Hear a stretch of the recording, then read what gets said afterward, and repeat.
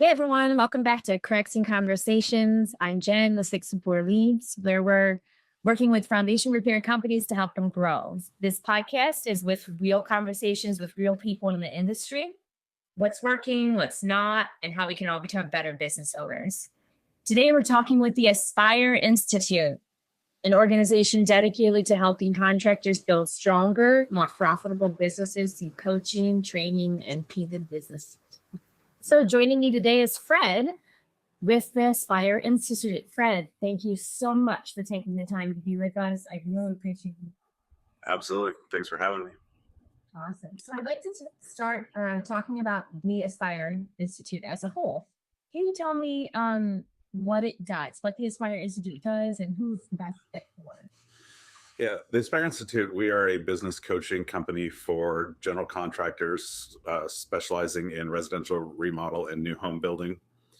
We work with clients all over the country to help them with the business side of the business, understanding their business numbers and marketing and sales and estimating and production management processes to refine the business to allow them to have the profit and quality of life that they deserve. When you do meet a business owner that is interested in your services, what are the first steps that you take in getting to know them? It's a coaching call and understanding the business and what the client is looking for. We also can build a financial analysis where we'll take your P&L and we'll break it down and build out a financial report to show you where you're doing well and areas that you can improve on. And then we can give you some tools in that call to go make some improvements. Our coaching program isn't for everybody. It's an invitation program, but we want to help the industry. So we'd be happy to do that analysis and coaching meeting for anybody that. So, at what point does a business owner realize that they need coaching or outside help? Um, my opinion is that everybody can benefit from coaching. But probably if you don't have a clear path and plan, you don't know where you're going with your business, you feel like you're kind of, running on, doing the same thing every day or running on a hamster wheel. Are we making progress going forward? And if you're not, you need to have a strategy and a plan to get to your goals. I find a lot, we get into a business because we love the craft and we're good at the craft, but are we getting to our ultimate goals? Financially, are we getting there? Are we killing ourselves working 60, 70, 80 hours a week to just pay the bills? Is the return where it needs to be? And if it's not, then we need to step back and reevaluate. What I find often in our industry, which would be the same for all subs and trades, is that we're fantastic at implementing tactics, but we don't have a business strategy. We don't know where we're going, and so we don't know which tactics fit within that strategy to get us to the right outcome. And so we end up being kind of a slave of our business instead of it working for us. Oh, yeah. I can personally relate to a lot of what you just said. Very true. And I think a lot of owners too, that they wonder, they get overwhelmed and don't ask for help. And that's what you guys are offering, really, helping you out. So what are some of the biggest issues that you typically uncover first when you start working with a company? I don't know if they're the biggest issues. There's a lot of different challenges. I would say it kind of boils down to very few people in the industry have business degrees. We don't understand the business side of the business. And you're not born with business knowledge. You have to learn it just like you learn the trade. So we take what we've learned over the years from our experiences and we try to implement them as best we can in our business. And we pick the best path that we know of for our business, but that might not be the best path. It's just the best one we know of. So stepping back and looking at the business model, is there a better model that allows us to get to our ultimate goals? I think most people, when they start a business, they have goals of having more free time, having more money, and having, a better quality of life. And too often, owning a business ends up being the opposite of that. We end up being, working way too much, not making enough for what we're doing, and not having the time for family and friends and other things that we want to do. And it's not that we're not producing a good product. It's not that we're not doing a good job. It's that we don't understand the business itself. And building a business, kind of think about the business like a machine, right? Is your machine operating efficiently? And if it is, then you do great. And if it's not, then you're going to struggle. So a lot of what you said probably too shows up in the numbers for business. It absolutely shows up in the numbers. Yeah. So like for contractors, their jobs can vary dramatically based on the type of job, right? And foundation repair businesses, it's no different. Sure. They have variables like soil, access, engineering requirements, permits, and what actually is the solution to the specific foundation problem. But how should a company approach pricing so that they can consistently stay profitable? Pricing is an important piece of it, but it actually starts before pricing. And the first step is understanding what our true costs are. One challenge that I see a lot is we all use a similar chart of accounts for our bookkeeping. And, the industry standard, for tax purposes is fairly similar, right? You have your income, you have your cost of goods, and you have your expenses. The challenge with a service business is a lot of the costs that are actually show up as expenses for taxes are really job costs. And so we're not accounting for all of our costs in the project. So we think we have a higher margin than we actually have. So understanding what our true costs are, there's things like wages for sales, for supervision, for estimating, for project management, for the owner's time that's functional on the job that should be built into the job. There's vehicle costs and equipment costs and other rentals and other consumables that we have to have for the job that we're putting as expenses. And so as we grow our revenue, our expenses also grow, so we never quite get there. But if we understand what is a job cost and what is a true overhead cost, now we can start adjusting our margins and understand what our pricing strategy needs to be to achieve the goal we're looking for. Oh, those are good points. And then you help them make those adjustments? Correct. Or you set up? Yeah. What we do when we start, and actually, part of our intake process is doing a financial analysis where we'll take your P&L and we go through and we actually highlight in different colors what is our income, what is our labor costs, what is the tax and benefit load on our labor, what is our material costs and sub costs. And then there's a lot of what we call indirect or related costs that the job uses a percentage of, and those costs are going to go up if we take more jobs. So once we identify all of those costs, then we can say, okay, this is what your true gross profit is. Based on those numbers, what should it be based on your job mix, right? The job mix is going to change the margins. One other challenge I see a lot is we use a flat pricing across the board. It's cost plus X, right? Or we use this margin on every bid or markup on every bid, whichever one we're using. But every job has a different risk and should have a different margin, right? Smaller projects have higher risk. Often they should have a little bit higher margin than larger jobs. So we need to be looking at each job and having a job mix breakdown with different margin targets so that we achieve those goals. But it starts with what are the true costs? What is the risk? What is the margin on that job? And then how do we build the right value in marketing and sales to the client so that they feel good about that price?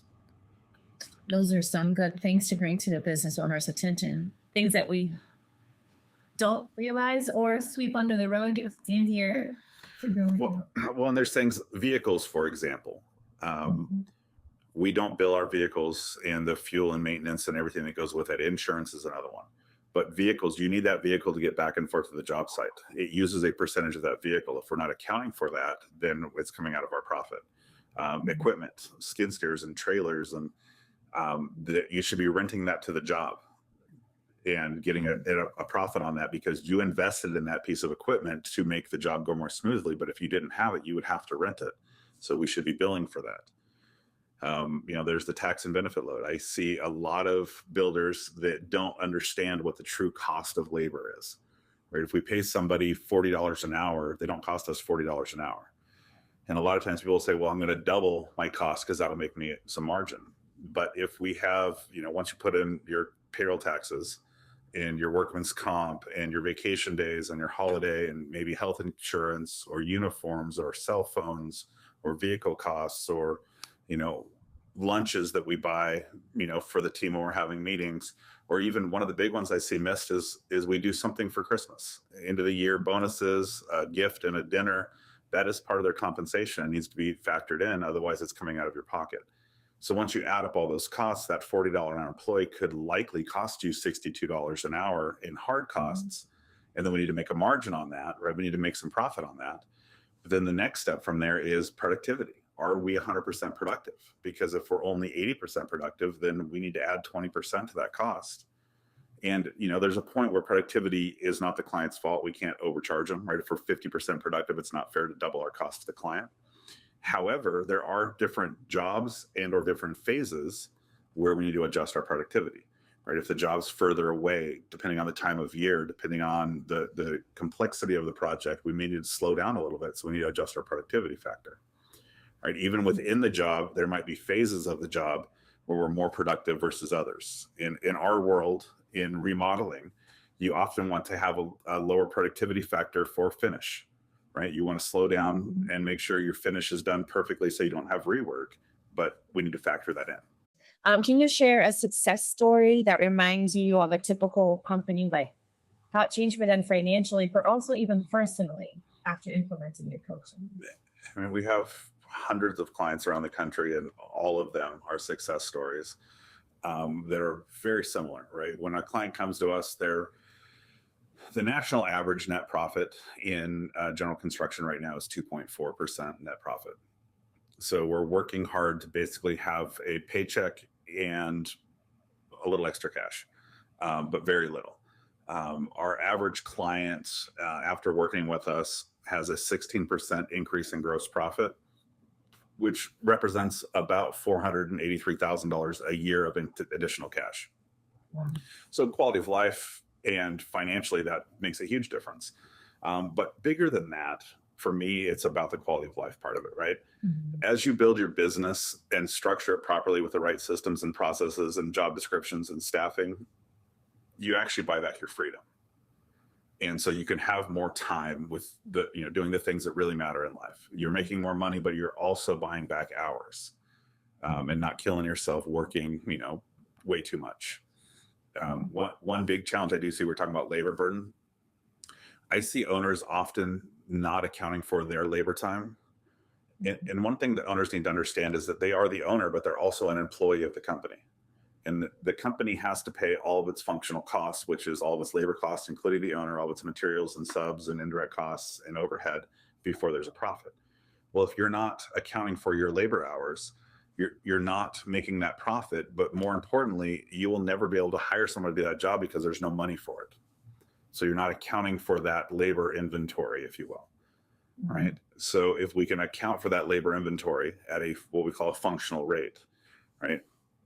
I get there's some confusion often with builders when I'm talking to them, because there's tax strategies to take a larger or lower paycheck out of your business, depending on what your tax strategy is. All good. But your tax conversation is different than your business conversation. In business, you have to say, what is a functional rate for this position? And the functional rate is, if I hired somebody competent to do this job, what would I have to pay them, and what benefits or tax benefit load would go to them? They would have a vehicle or insurance or vacation days or whatever those things are, right? So you want to build what we call a functional labor rate for the owner based on that position, and then bill those hours to the job so that as we grow the company, we can then afford to hire someone, pay them that salary or that wage, and they can move forward. Mm-hmm. Yeah. How many times have I told my husband, I'll do it, I will. But as an owner / employee, right, you're wearing two hats. The owner hat is not being fair to the employee, right? And you're not going to find someone else to work for free. So we need to rethink the process. And if you really think it at the highest level, you invested into this business like any other investment for the purpose of getting a return on your investment. And it has a higher risk than a standard investment, right? So investments are risk versus reward. Higher risk has higher potential reward. Lower risk has lower potential reward. That's the investment side of owning the business. As an employee, we also have to pay a functional wage. If you're not taking that wage, you're just taking the investment, that you should probably cash out and go invest in someone else's business that you're not working in and just get the return. You have to get both sides of it. Otherwise, you're not being fair to yourself. Now, once you understand your numbers, now you got to look at how can we build the right value to our clients to make sure that we can cover our costs and make a fair profit and it's still a good fit for them. But that's where the marketing and sales aspect comes in. The first step is knowing what does it truly cost us, and then how do we position that to make it work. Let's make this really practical. If for, let's say, a foundation repair business owner is listening, if they could fix one thing this month, what would make the biggest impact on their company? What would you tell them? I would probably say labor. Look at your labor inventory, right? Too often we look at labor as a fixed cost, right? Our guys, we pay them 40 hours a week, or they're on salary, or whatever that looks like. But look at labor as an inventory item. It's no different than buying lumber or concrete. You're buying it by the cubic yard, right? You're buying 40 units of labor every week from every employee, whether or not you sell them. If you're not selling all of them, right? If you took half a batch of concrete and wasted it, you wouldn't be surprised that you lost money.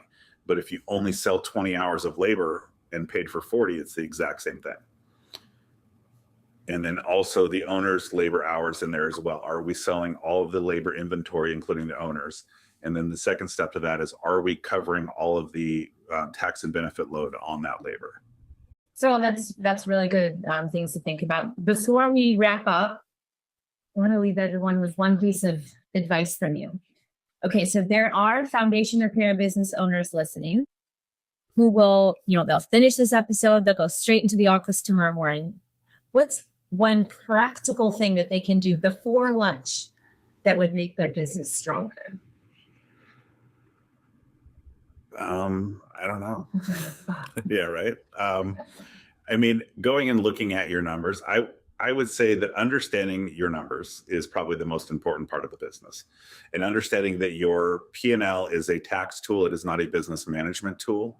And you need to be able to repurpose those numbers as a management tool to allow you to know what's really happening in your business to take control of it. So going through your P&L and looking at what costs really are part of production, right? And so kind of the benchmark would be, if I doubled my revenue, what costs would go up?